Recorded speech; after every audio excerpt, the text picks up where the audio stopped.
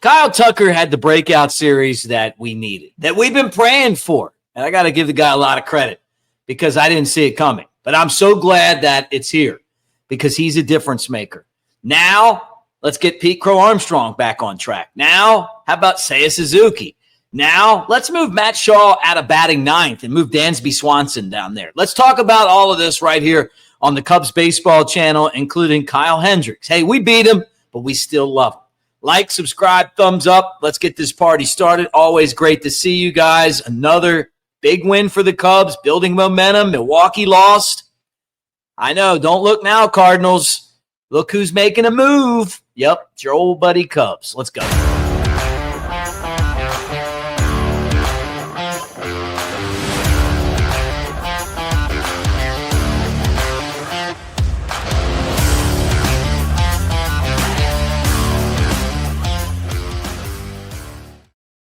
What do you say, everybody? Mick Gillespie, Cubs Baseball Channel.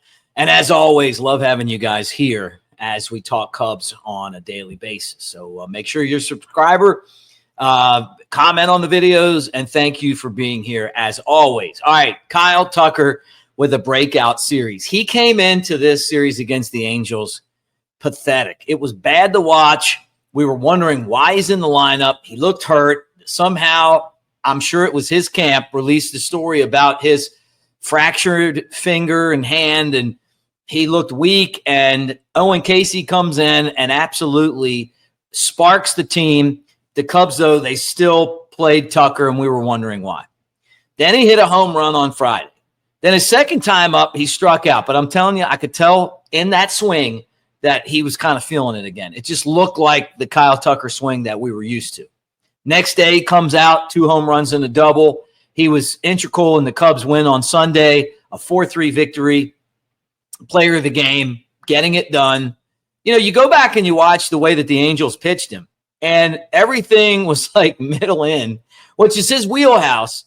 But I think that you also have to execute. I don't think in that the way that he played and some of those games at Wrigley Field leading into that series, between the Brewers and the Pirates, they could have underhanded the ball to him and he wouldn't have hit it. And then all of a sudden, he kind of got, I think, a push. I said this yesterday from Owen Casey, because no matter how much he's paid and no matter how many people that you traded to get him and sold, Owen Casey was a better option until he started playing like Kyle Tucker again. I think no one watching the channel wanted to like release him or trade him or anything like that. We just wanted him to play baseball. We just wanted him to look like the guy that the Cubs gave up a whole lot to get. The guy that's supposedly going to be worth $500 to $650 million. He's looked that way. He's a complete player. And he is a difference maker. And the Cubs got all of that in the Anaheim series. And I think that's a great sweep for the Cubs. And I'm really glad to see him back. You know, the one thing that I can say about him, through all of those struggles, he always maintained a great eye at the plate discipline. And I hope Pete Crow-Armstrong learns how to do that, because that's the part of Hollywood Pete's game that is lacking right now. And we'll talk about that in a second, but just kind of continuing this thought, including a record-setting home run for Kyle Tucker. I mean, all those years to the Cubs, something happened that hasn't happened before. We're going to get into that here in a second. But a 4-3 win, Cubs sweep the Angels on Sunday. Daniel Palencia, I don't want to say he struggled, but he didn't have his best stuff. Still came in and got the job done. You know, you watch him, and he's just, you know, a typical lockdown closer. You know, it's like turning the switch, takes a while to get going, and then when he does, he's dominant. And when he had to bear down and get the job done, he did. I'm really impressed with Palencia. I love the way that he's throwing the ball. Yeah. Does he make things a little interesting in the ninth? I think a lot of those guys do, but they're amped up. You know, they're coming in throwing as hard as they can. High velo, you know, trying to spin the crap out of the ball, trying to get certain shapes on that pitch and on the different pitches, really. And, you know, sometimes you miss, sometimes you hit. Just don't blow the game. He is so much better than what we had with Presley and Neris. I like him better than Alzolay, who was really good there for a while, because I think that It's so hard for these guys to hit him. I mean, even when he throws it down the middle at 101, they have a tough time connecting on it. And he's wild enough where you can't get comfortable at the plate. I remember Nolan Ryan talking about that. Like maybe it's okay to be a little bit wild when you throw that hard because nobody's comfortable. So good job by him. Good job by the team. And in the process, the Cubs took out Kyle Hendricks. And what I loved about the Anaheim series is that we did what the Cubs fans do. We take over your stadium. Yeah, Milwaukee, you guys know all about this. Probably why you hate us so much. But you guys got a good team. And every time we go there, we still maintain a huge presence. Well, people don't care about baseball in Anaheim. They're Dodgers fans. We came in there.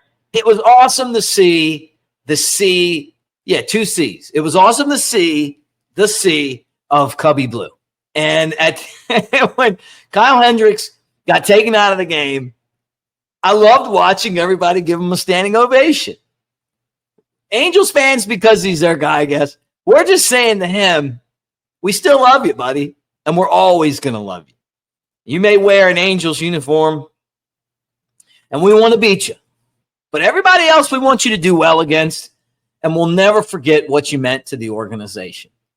Cubs fans are the best fans, and they're the best fans for that reason. And what did we talk about on the show yesterday? Javi Baez gets that treatment. Chris Bryant gets that treatment. Anthony Rizzo, when he played, got that treatment. Jorge Soler's going to get that treatment. All those guys that won the World Series. Because remember, we used to say just one before I die.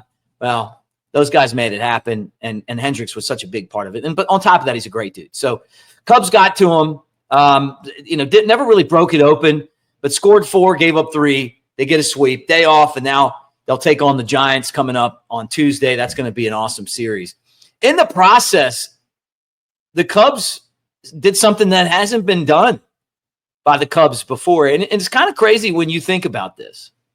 But the Cubs became, well, not the Cubs, but Pete Crow-Armstrong and Kyle Tucker became the first ever pair of Cubs teammates to go 20-20 in the same season.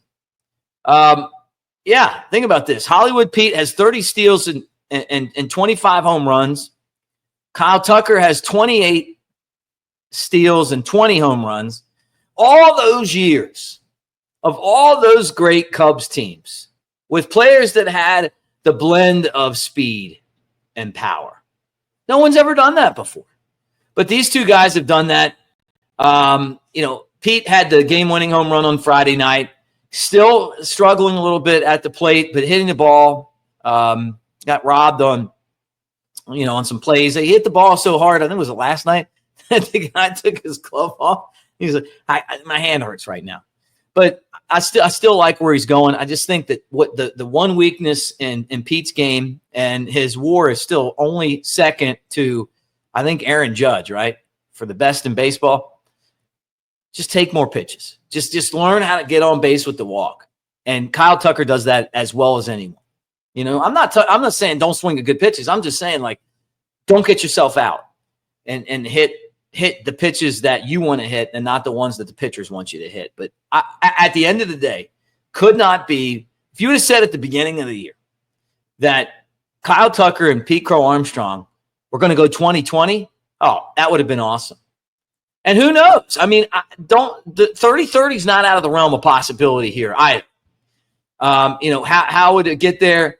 I don't think if Kyle Tucker got hot, it would be shocking at all if he got 30 home runs. Pete's 5 away right now. He's already got 30 stolen bases, and Tucker's 2 steals away from there. So, I mean, you're talking about two guys that are right on the verge of reaching this 30-30. We got enough time to get it done, so it'd be awesome to see that. But, I'm just going back, and I'm thinking of all the great Cubs players, and I'm like, you know what? Yeah, I mean, maybe we had guys that had power, but they weren't going to steal a lot of bases. When we got the Hawk, his knees were already bad, and it was from playing on that AstroTurf in Montreal is what he told me. It was like playing on concrete. He wanted to play on grass, came to Wrigley, and, and obviously the rest is history. He was a great power hitter. Rhino could have been a guy that could have teamed up with somebody to do that. He stole more bases than people think. He hit home runs. But anyway, very cool accomplishment. Congratulations to both of those guys for getting it done. Let me tell you guys this, as we're hanging out, I want to remind all of you guys about our AveD site. Right there. Use that promo code Mick Nation, join Mick Nation. Some of you guys already have, and I appreciate you doing that. I'm going to leave the sign up in the comments as well. But this is our Web3 home. All the stuff I'm involved in is there, including the Cubs baseball channel. We're going to give away playoff tickets. Got some T-shirts that we're going to be giving away. Naren wants us to do mugs. Why not? Let's do coffee mugs. Some of you guys get up to the Cubs baseball channel every day, but we're gonna do all of that through AveD, which is a really cool place where you go and you can play interactive games and win prizes and do all of that stuff. So check it out. It's all free, by the way. Nothing's going to cost you anything. So I'll leave that up there for you as well as we continue to move on. A couple notes I wanted to get into. Jaxon Wiggins, Cubs' 4th highest rated prospect. And let me tell you guys something right now. Jaxon Wiggins needs to be probably the 2nd highest rated prospect behind Owen Casey. My opinion. I've seen all the guys in the top 5, and Jaxon Wiggins is the Cubs' top pitching prospect, and the only thing that's going to hold him back is him if he's injured. If this guy stays healthy, it's going to be a lot of fun watching him pitch at the major league level. He finally got back in action. The Cubs have, we don't know if it's injury related or basically workload related. Marquis put a story out that said that the Cubs were slowing him down because, he's got 3 Tommy Johns, and then he's already hit his all-time innings count this year. But this was only the 2nd time that the guy pitched since July 19th. And the time before that, he pitched on June 20th. So he threw 4 innings on June 20th, didn't pitch again until July 19th, 2 innings there. And then over a month later, to yesterday, August 24th, he comes out and pitches 3 innings, walks 2 batters, shakes off the rust, and then just starts to mow down the competition. He didn't give up any hits or runs in his time out on the mound, 3 innings worth. But again, looked fantastic.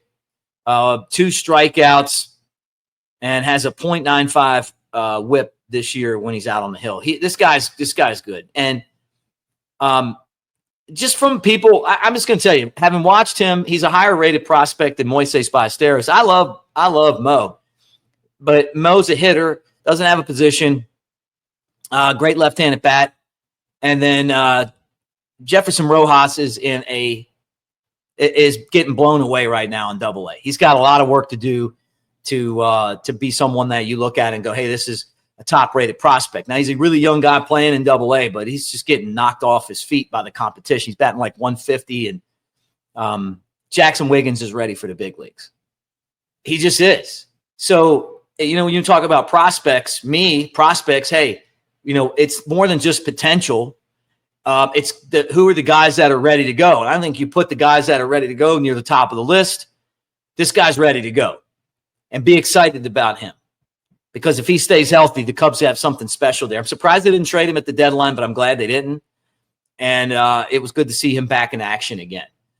All right, let's talk about the final thing I wanted to get into. Congratulations to Chinese Taipei for their Little League World Series win. They beat Nevada in the Little League World Series, their first since 1996. Not one person from Chinese Taipei is going to see this. Maybe some people from Nevada. But that's what makes the Little League World Series special. Is that you got to play competition from around the globe. And watching some of these teams play, the United States teams and the international teams, basically it comes in and, 10 of the best from the U.S., 10 best in the world. Then the world has their winner and the U.S. has their winner. And then those 2 teams play. It's special. And it's what makes baseball baseball. And it's what we got to do more of, right? Grow the international game. Get people in different countries excited about playing this game because it's only going to make the game better by doing that. Am I pulling for the U.S. every single time? Yes.